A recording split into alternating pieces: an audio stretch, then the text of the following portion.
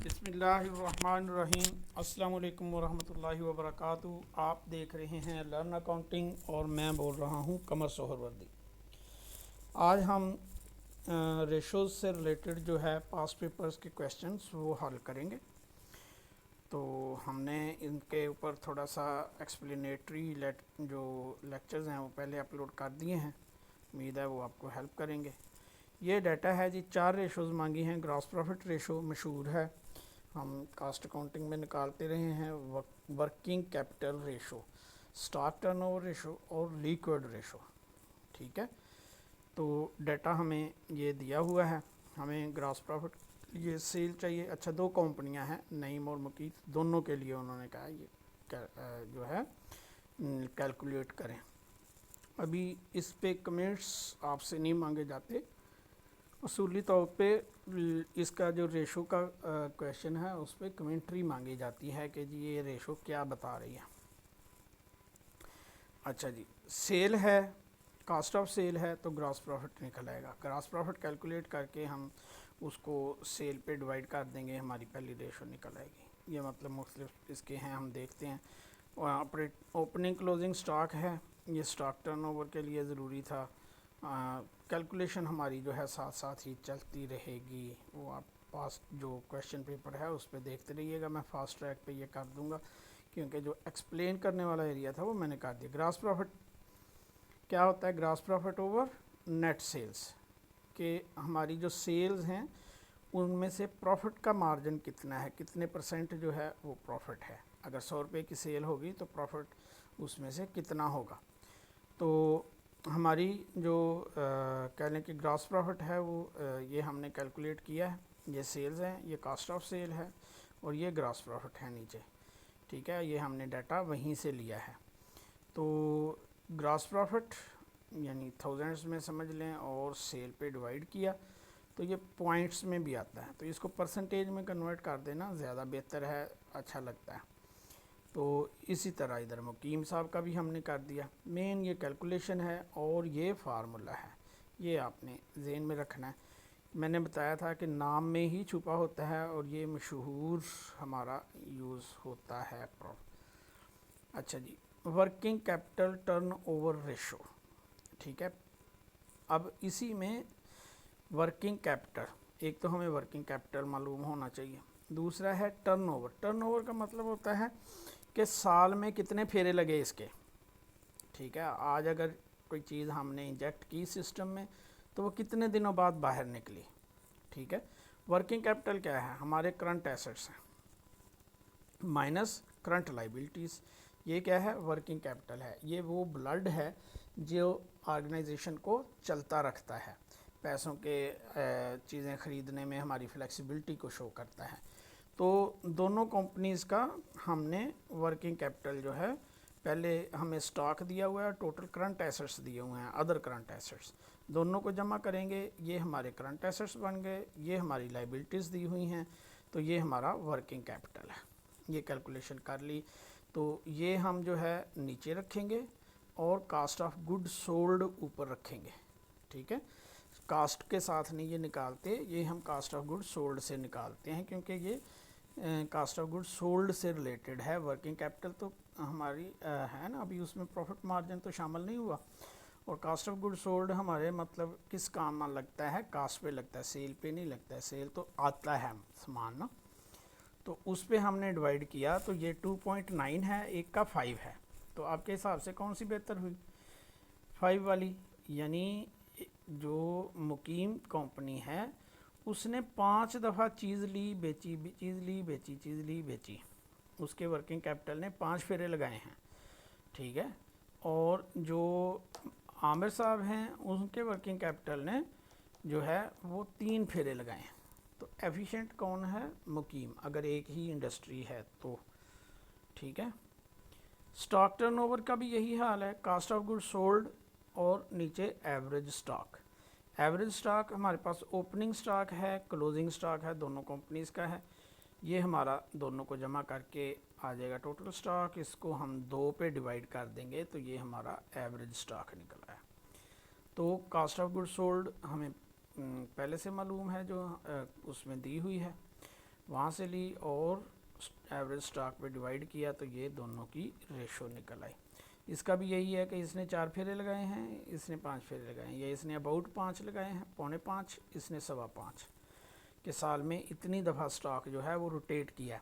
अगर हमने 1 जनवरी को किया तो 31 दिसंबर तक इसने 4.8 फेरे लगाए। इसको अगर 365 पे आप डिवाइड करेंगे by divided by 365 divided by 4.8 तो वो आपको दिन भी आ जाएंगे कि इतने दिनों में स्टॉक का एक फेरा मुकम्मल हो जाता है। ये फिर एफिशिएंसी ज़ाहिर करेगा, जितनी फिगर बड़ी होगी उतने दिन कम होंगे। तो वो मतलब ये है कि वो कोई 10 दिन में कर रहा है, कोई 20 दिन में कर रहा है, कोई 25 दिन में कर रहा है, ये होता है इसका। लिक्विड रेशो करंट एसेट्स में से हम क्लोजिंग स्टॉक और प्रीपेड्स जो हैं वो निकाल देते हैं। यहाँ प्रीपेड कोई नहीं थे, क्लोजिंग स्टॉक ही थे, वो हमने निकाल दिए। टोटल करंट एसेट्स जो हैं वो हमारे थे 760 और करंट लाइबिलिटीज़ जो हैं वो थी 6000। ठीक है, ये था टोटल। ये देखें ज़रा, टोटल करंट एसेट्स जो हैं ये हैं हमारे करंट एसेट्स। ठीक है, स्टॉक जो है 1,20,000 का था और ये तो पीछे का आ गया। हाँ जी, ठीक है। अदर करंट एसेट्स ये हमें दिए हुए हैं, तो स्टॉक इसमें से ऑलरेडी निकला हुआ है। ठीक है, प्रीपेड इसमें है नहीं, अगर प्रीपेड हो तो वो भी हम निकाल देते हैं। ये मैंने अच्छी तरह से एक्सप्लेन किया है पीछे जो लेक्चर्स दिए हैं उसमें, जहाँ हमने ये क्विक रेशो या लिक्विड रेशो, ये होता क्या है कि कितना कैश है आपके पास, कितना जल्दी आप कैश पे करने की पोजीशन में हैं। ठीक है, तो ये हमारा जो है जो लिक्विड रेशो है वो भी निकल आई। ये 1 आइडियल होती है, इनकी बहुत बेहतर है, इनकी आलमोस्ट ठीक है। ठीक है, तो ये अगर कमेंट भी देने हों एक आध फिक्रे में तो आपके नंबर बढ़ेंगे इंशाल्लाह। आसान सा सवाल है ये सवाल जो है, इसमें भी 5 जो है वो मांगी गई हैं रेशोज़, 4-5 अगले में। Current ratio, liquid ratio, stock turnover ratio और डेटर्स। करंट रेशो वही है पिछले सवाल वाली, लिक्विड रेशो वही है पिछले सवाल वाली, स्टॉक टर्नओवर वही है पिछले सवाल वाला। तो डेटर्स टर्नओवर रेशो यहाँ बदल गया है, बाकी वर्किंग कैपिटल रेशो था वहाँ। ठीक है, तो हम देख लेते हैं। करंट रेशो हमने ये कैलकुलेशन की है, ये लाइबिलिटीज़ हैं हमारी, उसमें डेटा में से हमने निकाल ली, और ये हमारे एसेट्स हैं, टोटल करंट एसेट्स। तो करंट रेशो में टोटल करंट एसेट्स यूज़ होते हैं और टोटल करंट लाइबिलिटीज़ यूज़ होती हैं। ठीक है, तो हम ये 1 की है तो ऑलमोस्ट जो है ये थोड़ी सी डेंजरस लेवल पे है, इसको थोड़ा बेहतर होना चाहिए। ठीक है, लेकिन डिपेंडिंग के कौन से एरिए में आप हैं, इसका मतलब है कि आपके पास वर्किंग कैपिटल जो है वो ऑलमोस्ट ड्राई है। इसका ये मतलब भी तो है ना, बराबर बराबर है, करंट एसेट्स से ज़्यादा होने चाहिए और करंट लाइबिलिटीज़ जो हैं वो कम होनी चाहिए, तो ये बराबर बराबर है, तो फ़र्क है। इसको फिर हमने फर्दर एनालाइज किया तो हमने कहा कि स्टॉक्स इसमें से निकाल दें, तो हमारे स्टॉक निकालने से जो एसेट्स हैं करंट एसेट्स, ये लिक्विड एसेट्स हैं। ठीक है, इसमें ये प्रीपेड इंश्योरेंस भी हमें निकाल देनी चाहिए थी, ये हमसे गलती हुई है। ठीक है, प्रीपेड भी इसमें से निकल जाते होते हैं। ठीक है, तो प्रीपेड निकाल के जो करंट एसेट्स बचते हैं वो एक्चुअली हमारा कैश है, जो पॉसिबल कैश है हमारे पास, वो ये अमाउंट होती है। तो ये आ जाएगी ऊपर और ये जो करंट लाइबिलिटीज़ हैं वो नीचे आ जाएंगी और ये हमारी रेशो निकल आएगी। ठीक है, इसमें एक गलती है, ये ज़हन में रखिएगा। प्रीपेड भी हम निकाल देते हैं, ये हमने पीछे एक्सप्लेन किया था। ठीक है, इधर इग्नोर हो गया हमसे। अच्छा जी, ये है stock turnover ratio. Stock turnover ratio हमने पीछे भी पढ़ी है, फिगर्स जो हैं वो हमें वहाँ से डाटा से मिल गई। रटने की कोई ज़रूरत नहीं है, सीधी सी बात है। मैंने आपको बताया कि कौन सी चीज़ किससे रिलेटेड है। स्टॉक है, कास्ट बेस पे होता है तो कास्ट पे है, ठीक है। तो जो हमने रेशोज़ डिस्कस की थी उनमें हमने इनकी फ़िलासफ़ी बयान की है, उनको आप अगर गौर से सुन लेंगे तो आप इंशाल्लाह रटने की ज़रूरत नहीं पड़ेगी। तो क्लोजिंग स्टॉक जो है, ओपनिंग स्टॉक है, क्लोजिंग स्टॉक है, ए जमा बी करेंगे तो इसमें हमें ओपनिंग स्टॉक तो दिया ही नहीं है, तो फिर हमने क्लोजिंग स्टॉक को ही यूज़ कर लेना है। इस यही हमने समझना है कि ये हमारे पास हर वक्त इतना ही रहता है। कास्ट ऑफ गुड सोल्ड हमने निकाली है क्योंकि ग्रॉस प्रॉफिट हमें दिया हुआ था, सेल में से हमने ग्रॉस प्रॉफिट निकाला है, तो बाकी क्या बचा, कास्ट ऑफ गुड सोल्ड। तो कास्ट ऑफ गुड सोल्ड ऊपर चली गई, एवरेज लगाना था लेकिन ये क्लोजिंग ही है तो हमने क्लोजिंग स्टॉक नीचे रखा। तो ये स्टॉक टर्नओवर 4 टाइम, साल में 4 दफ़ा ये जो है राउंड अबाउट कर लेता है। Debtors turnover ratio, net cell में, क्योंकि डेटर्स जो हैं वो तो सेल से हटते हैं ना, नेट सेल मीन होता है कि जो सेल क्रेडिट सेल है, नेट क्रेडिट सेल्स, उसमें से जो रिटर्न्स हैं वो हम उसमें अगर टोटल सेल दी हुई हैं और कुछ कैश सेल्स भी दी हुई हैं तो वो हम उसमें से लेस करते जाते हैं। इस केस में हमें उन्होंने सेल्स ही सिर्फ लिखा हुआ है, तो हम ये भी यहाँ भी है हमारे पास डाटा, तो सेल डिवाइडेड बाय डेटर्स, तो ये हमारा 6.67 है, यानी ऑलमोस्ट 7 टाइम अ ईयर, ठीक है। तो अगर ये 6 हो तो समझें कि 2 माह में, 2 माह से पहले पहले जो है जो डेटर है वो पैसे दे देते हैं ऑन एवरेज बेस। 2016 में हमसे दो तो करंट रेशो और लिक्विड रेशो जो पहले हमसे पूछी गई थी वही हैं। ये जो है स्टॉक टर्नओवर रेशो भी वही है और डेटर्स टर्नओवर रेशो भी वही है जो इससे पिछले क्वेश्चन में हमसे पूछी गई। फ़र्क क्या पड़ा है, फ़र्क ये पड़ा है कि यहाँ फिगर्स थोड़ी सी कह लें कि बड़ी हो गई हैं या और लिख दी गई हैं। तो जो पिछला सवाल हमने किया है तो वो अगर किसी ने जब ये पेपर दिए हैं तो उसने पास पेपर किए होते तो वो ये कर लेता ना। हमारे पास कितने ऐसे केस हैं। तो खैर ये भी हमें बहुत एक्सप्लेन करने की ज़रूरत नहीं है। करंट एसेट्स, करंट लाइबिलिटीज़, हमने ये लिस्ट बना ली, ये लिस्ट बना ली, ये करंट एसेट्स हैं, ये करंट लाइबिलिटीज़ हैं, ठीक है। ये ऊपर ये नीचे, ये भी 1/1 है यानी इक्वल हैं। तो ये जो है वो 1.5 से ज़्यादा होना चाहिए, ठीक है। तो ये जो है ये 0.9 0.85 इस तक हो तो हेल्दी होती है। लिक्विड जो है इसमें से हमने प्रीपेड इंश्योरेंस फिर नहीं निकाली है, ये एक ही पैटर्न पे हम बैठे सवाल हल कर रहे थे, तो ये इसमें भी गलती है, ये भी निकाल देनी है। इसमें सिर्फ ये डेटर्स और कैश आते हैं। निकालना क्यों होता है, क्योंकि ये कन्वर्टेबल टू कैश नहीं है। ये हम टेस्ट ये करते हैं इस रेशो से कि कोई बंदा हमें कितना फास्टली पे कर सकता है। कभी हमें अचानक ज़रूरत पड़ जाए तो इससे हमें कैश मिलने की उम्मीद कितनी है, कितना जल्दी ये हम अगर किसी के साथ काम करते हैं तो एज आ सप्लायर या बड़ी बड़ी डील्स होती हैं तो उसमें ये चीज़ें चेक की जाती हैं, या कंपनी की हेल्दीनेस जो है वो चेक की जाती है कि इसमें ब्लड कितना है। तो ये अगर प्रीपेड भी इसमें से निकल जाएंगे तो ये छोटी अमाउंट हो जाएगी ऊपर जो है, तो ये 0.4 के अराउंड आ जाएगा, ठीक है। तो करंट रेशो जो है ये सेम सवाल है जो हमने पीछे डिस्कस किया है। स्टॉक टर्नओवर रेशो वही कास्ट ऑफ गुड्स सोल्ड और एवरेज स्टॉक, ठीक है। कास्ट ऑफ गुड्स सोल्ड हमने ये निकाली है, परसेंटेज भी वही है, सिर्फ मैंने बताया कि फिगर बड़ी कर दी है, तो ये कास्ट ऑफ गुड्स सोल्ड निकल आई। और क्लोजिंग स्टॉक हमें दिया हुआ है, ओपनिंग ट्रायल कोई नहीं दिया हुआ, तो कास्ट ऑफ गुड्स सोल्ड यहाँ से आ गई। एवरेज स्टॉक की बजाय क्लोजिंग स्टॉक हमने यूज़ कर लिया और रेशो निकाल दी 4 दफ़ा। वही फिगर्स भी आप देखें कि जो रिज़ल्ट्स हैं वो भी सेम है, यहाँ भी वही बात है। नेट सेल्स ओवर डेटर्स, ठीक है, रेशो वही है, ठीक है, 6.67 जो हमने पिछले सवाल में हल की। 2016 बी, इसमें हमसे कुछ ज़्यादा रेशोज़ मांगी गई हैं। Current ratio, quick ratio, total debt equity ratio और fixed asset to total asset ratio.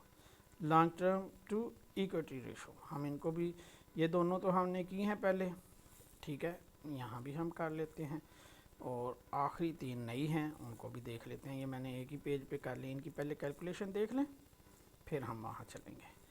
ये देखें, ये हमारी हैं करंट लाइबिलिटीज़ 1,30,000, ये हैं हमारे total current assets 2,60,000।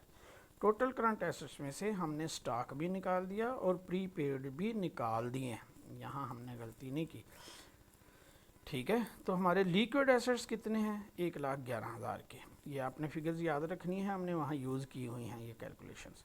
Land and building और मशीनरी, ये हमारे फिक्स्ड एसेट्स हैं। प्रीलिमिनरी एक्सपेंसेस भी हमें दिए हुए हैं, ये हमारे फिक्टिशियस एसेट्स कहलाते हैं, इनटेंजिबल एसेट्स हैं। तो इनको हम मुख्तलिफ कैलकुलेशन में हम वहाँ रेशो में जाके डिस्कस करेंगे, आपने इसको जहन में रखना है। तो हमारे टोटल एसेट्स जो हैं, अगर हम फिक्टिशियस एसेट्स जो हैं उसमें से निकाल दें तो फिर हमारे टोटल एसेट्स हैं 4,60,000, और अगर ये उसमें डाल दें तो टोटल एसेट्स हैं 4,80,000। इसी तरह हमारे पास लॉन्ग टर्म लाइबिलिटीज़ तो फिक्स हैं, एक ही है सिर्फ, ठीक है, लॉन्ग टर्म लाइबिलिटी।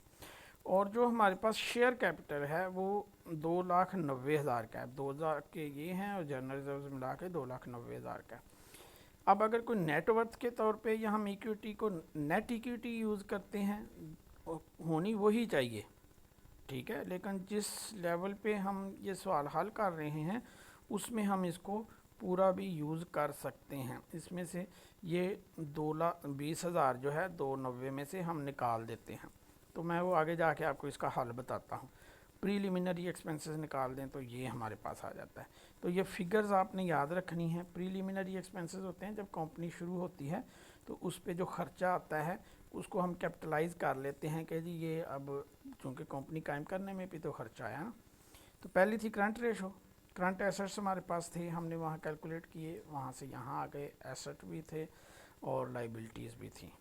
तो यहाँ ये बहुत अच्छी रेशो है, ये मुनासिब रेशो है। करंट एसेट्स जो हैं they are double than the current liabilities, तो बहुत अच्छा है। करंट एसेट्स में से हमने क्लोजिंग स्टॉक और प्रीपेड्स जो हैं वो माइनस कर दिए हैं और करंट लाइबिलिटीज़ वही की वही हैं। तो ये 1,11,000 थे, ये 1,30,000 है, 0.9 है, तो ऑलमोस्ट 1% है। इसका मतलब है ये सब भी लेने आ जाएं तो हमारे पास इतना पैसा ऑलमोस्ट मौजूद है, 90% को तो हम इमीडिएटली दे सकते हैं। तो total debt to equity ratio, इसमें एक्चुअली जब डेट लफ्ज़ यूज़ करते हैं तो एक्चुअली लॉन्ग टर्म ही होता है, लेकिन चूंकि उन्होंने ये लॉन्ग टर्म डेट अलहदा से एक वर्ड यूज़ किया है तो इससे हमने ये निकाला कि इसका मतलब है टोटल लाइबिलिटीज़, ठीक है। टोटल लाइबिलिटीज़ वो कितनी है, 1,90,000 की, और इक्विटी कितनी है, 2,90,000 की।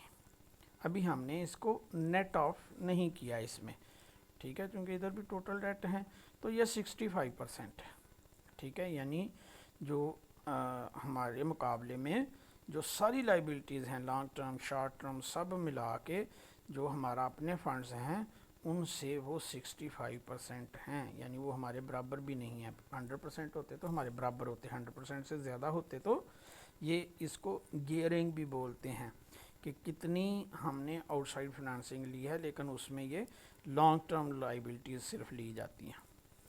अच्छा जी, fixed assets to total equity ratio, total equity है, ठीक है, टोटल एसेट रेशो। अच्छा, fixed assets to total asset ratio, fixed assets हमें पता है 2 लाख के हैं। टोटल एसेट्स जो हैं अगर हम फिक्टिशियस एसेट्स डाल लें तो फिर 4,80,000 के हैं, अगर वो निकाल दें तो 4,60,000 के। अब देखें प्लांट वगैरह जो है वो परमानेंट पक्के एसेट्स हैं, तो बाकी जो करंट एसेट्स हैं वो भी मतलब टेंजिबल एसेट्स हैं।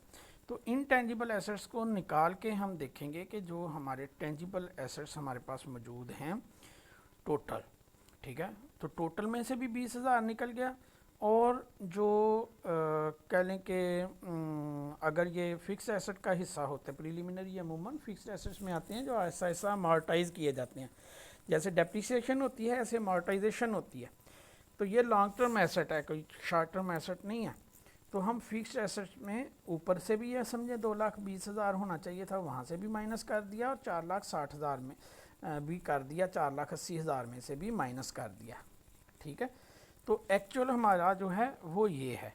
लेकिन अगर हमें कोई कन्फ्यूजन है इसमें तो हम इसको ये भी साथ कैलकुलेशन कर देते हैं कि प्रीलिमिनरी एक्सपेंसेस जो हैं वो हमने इसमें से निकाले नहीं हैं, तो तब क्या रेशो होगी। ठीक है, तो टोटल फिक्स्ड एसेट्स माइनस, और जो है हमने क्या किया कि उसको कर दिया है टोटल एसेट्स में 20,000 ऐड कर दिया। ठीक है जी, तो fixed assets to total assets, ये हम ज़रा कैलकुलेशन पे दोबारा जाएं, क्या सीन है। ये हमारे फिक्स्ड एसेट्स हैं और ये हमारे 4,80,000 के जो हैं टोटल एसेट्स हैं। ठीक है, तो इसमें अगर प्रीलिमिनरी एक्सपेंसेस भी ऐड कर दें तो वो बन जाएंगे ये। ठीक है, यहाँ मुझे ये गलती लग रही है, ये 2 लाख होना चाहिए था, ये तो बहरहाल ठीक होगा क्योंकि यहाँ तो आ गए ना वैल्यू, ये मैंने वो आपको दिखाने के लिए सिर्फ लिखा होता है। तो आप ये देख गौर कर रहे हैं कि मैंने 1000 के फिगर्स जो हैं 7 से उड़ा दिए, या तो इसके साथ के लिख सकते हैं, आप इसको अंडरस्टूड ही समझें। ठीक है, ये आप पूरी शो भी कर सकते हैं। ठीक है, long term debt to equity, कि हमारी जो फाइनेंसिंग है उसमें हमारा हिस्सा कितना है और लॉन्ग टर्म का कितना है। लॉन्ग टर्म सिर्फ 60,000 है और हम 2,90,000 भी है, हम 2,70,000 भी कह सकते हैं। अगर preliminary expenses non debt equity में से निकालने के, हमारी इक्विटी से में निकलेगा ना सारे, हम वंस ही एट वंस राइट ऑफ कर दें तो एक्चुअली तो वो एक्सपेंस ही हैं, वो कहीं से कुछ आना तो है नहीं उनके अगेंस्ट। तो उसको अगर एलिमिनेट कर दें तो हम जो डेट्स हैं वो 22% हैं, अगर उनको ना करें तो हमारे मुकाबले इन डेट्स जो हैं वो 20% हैं। तो हम दोनों रेशोज़ जो हैं वो निकाल के शो कर देंगे। आसान है, ये मैंने आपको एक्सप्लेन कर दी हैं कैलकुलेशंस। वाह जी वाह, ये हमारा जो सेशन है वो पूरा हो गया। कल मैं इंशाल्लाह एक लेक्चर में बाकी के जो सवाल हैं वो भी आपको पेश कर दूंगा। फ़िलहाल के लिए इजाज़त दें, अल्लाह हाफिज़।